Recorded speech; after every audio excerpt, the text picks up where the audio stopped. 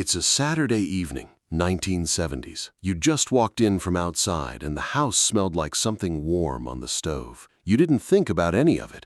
You didn't have to. It was just the house. It was just how everything felt. Today, we're counting down 15 household items that disappeared from American homes, and most of them left without a single announcement. There was still a voice on a tape in the kitchen that nobody had erased yet, slightly formal, frozen mid-sentence, like she wanted to get it right.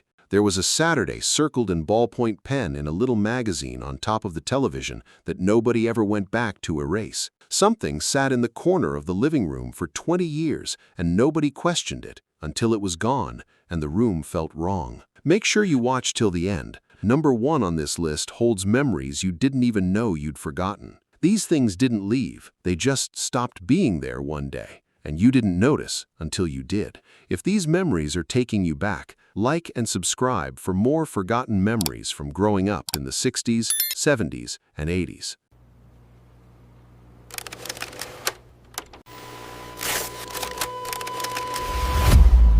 Rotary phone. The plastic was always slightly cold, even in summer, and that dial, you had to drag it all the way around, slow, deliberate, especially on the 9s, and if you let go too early, you started over.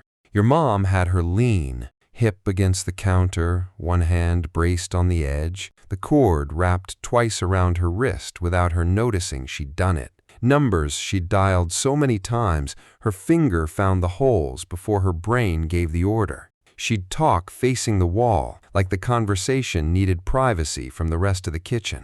Waterbed. You heard it before you felt it, that low liquid slosh when someone shifted, a slow-motion wave traveling through rubber and water that arrived half a second after the movement. That waterbed in your parents' room had its own smell, faintly warm, faintly rubbery, like the inside of something that had been sealed for years. Sunday mornings, you'd climb on and immediately begin sinking, and getting back off required a strategy. One knee planted, a push from the headboard, the whole surface moving against you. There was something almost embarrassing about it, that a bed could require this much negotiation. You didn't say that out loud. TV Guide magazine. Small enough to hold in one hand, thin enough to bend in half. But someone in your house treated it like a document. That TV guide sat on top of the television, not beside it, on top, where it could be found. Someone had gone through it with a ballpoint pen, the Saturday morning cartoon blocks circled, a movie on Friday underlined twice, certain shows marked with a small check mark that meant nothing to anyone else. You never knew who did the marking. It was just done by the time you got there. Like the week had been pre-approved. When that ritual stopped, nobody announced it. Console stereo. It was furniture before it was anything else. Long, low, running half the length of the wall. Wood laminate surface warm to the touch from the components inside. The lid opened on hinges, slowly, with a faint smell of dust and heat that meant something was already running.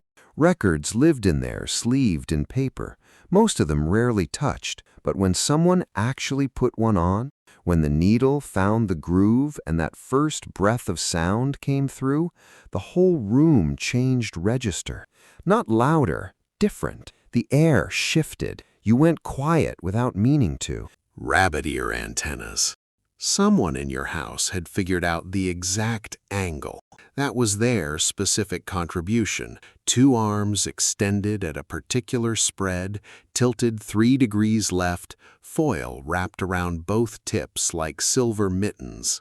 They had discovered this through trial and error nobody else witnessed, and they never fully explained the logic. The system was, stand there, hold position, picture clears, walk carefully back to the couch, snow returns, repeat. The foil helped, supposedly. You believed this because the alternative, that nobody actually knew anything, was worse. You were the one standing there this time, arms out, not moving, waiting for someone to tell you it was clear. The next one didn't need adjusting, it just needed somewhere to live. 8-track player.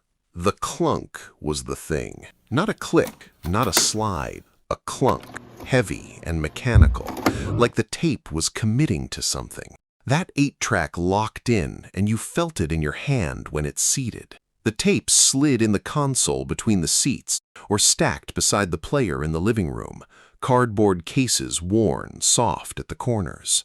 What you accepted as normal without question, the track changing mid-song, a half-second of silence dropping into the middle of a chorus, then the music picking back up one step to the left of where you were. By 1978, the format had peaked. 3.5 million units sold that year alone. You didn't know that then. You just knew the clunk. The next one came later, but it remembered everything your family said. Answering machine. The red light blinked in the dark from across the room, small, steady, already there before you crossed the threshold, and your chest lifted before your brain caught up with it. Someone called. That answering machine sat on the counter and ran your household's first recorded voice, your mom's outgoing message, taped once and never changed.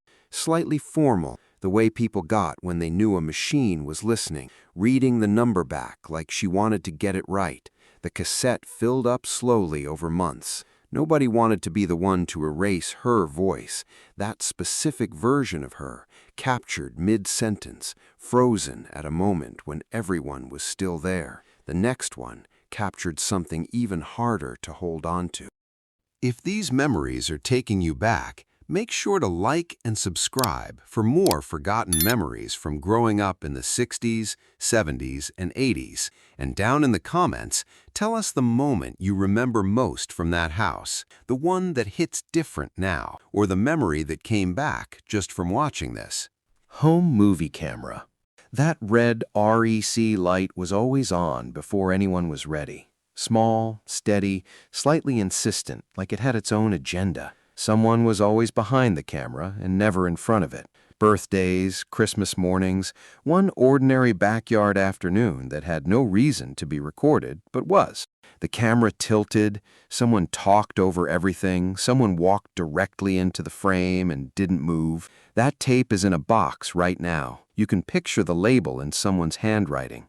The afternoon on it you remember imperfectly, softer at the edges than you'd like. The footage knows things you've forgotten. The next one didn't record time. It tried to hold all of it at once. Encyclopedia set. The spines were the first thing. That matched row of burgundy or navy, gold letters pressed deep into the binding, standing on the shelf in a tight, unbroken line that made the whole wall look intentional. You pulled one down for a report and felt the weight of it settle into your lap. Tissue-thin pages, the faint smell of something between library and basement. Volume H had a coffee ring on the cover nobody ever explained. The dust jacket on Volume 7 was gone long before you noticed. You stopped consulting it without deciding to. It just stayed there, authoritative and unread. Encyclopedia Britannica printed its final edition in 2012. 244 years of publication, ending quietly, and you'd already stopped reaching for yours years before that. The next one didn't hold knowledge, it held the room itself. Shag carpet. You felt it before you saw it, thick under bare feet, almost warm, dense enough to hold the shape of where you'd been standing. Your grandmother's was avocado green or harvest gold or that rust that belonged only to the 1970s. It absorbed everything.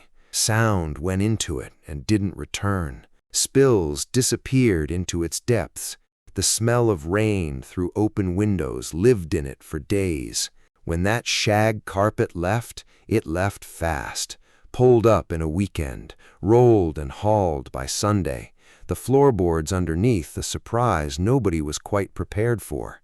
You hadn't realized how much of the room lived in it until it was gone. What replaced it had been there the whole time. You just never saw it.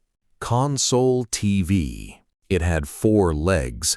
That was the thing you forgot, that the television stood on legs, wood-paneled sides, a dial that clicked through channels with real resistance, like each station was worth committing to. Your dad's chair was angled toward it at a degree never adjusted. The schedule organized the week. Certain nights meant certain programs, and the house arranged itself accordingly. There was a knob on the back someone turned once and never mentioned again. Moving that console TV required at least 2 people and a plan. When it left, the corner looked wrong for months. The next one changed how the whole room sat together, and it wasn't just the screen that was different. Slide projector carousel. The bulb threw heat before the image settled. Warm air rising off the lens. The carousel advancing 1 frame at a time with a mechanical click that echoed in whichever room had the blank wall. Slides from before you were born. Your dad ran it. He'd talk through most of them, voice even, pacing steady, and then he'd reach one and slow down. He'd hold the clicker and not press it. The image would stay on the wall longer than the others, and he wouldn't explain why, and you were young enough not to ask. Someone always advanced too fast and broke whatever that moment was. The whole evening lived in the pauses between clicks. Clock radio. The glow was green, 6:47, blinking, the digits steady and even in the dark, visible from under the covers without lifting your head. You learned to wake before the alarm so you could turn it off before it went, which meant you were already watching it in the last minutes, waiting. Your station faded in and out depending on the night. You fell asleep to it more than you meant to, voices trailing into whatever the night turned into. When the power went out, that clock radio reset to 12 o'clock and blinked there patiently until someone came and fixed it, restoring the correct hour like a small repair to the day. The last one holds something none of these others could. Family photo album. The cover was fabric or vinyl, raised at the corners from years of being picked up and set back down. You know the weight of it without having to think. Inside, the pages stuck together in summer, the plastic sleeves drying and pulling at the corners of photos they were meant to protect. Someone kept it updated, new pictures arriving, slipped in with care, the record moving forward.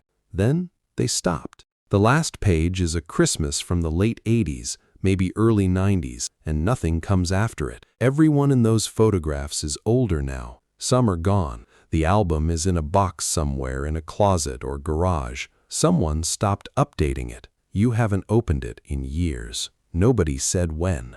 If one of these brought something back that you didn't know you still carried, subscribe. There's more where this came from.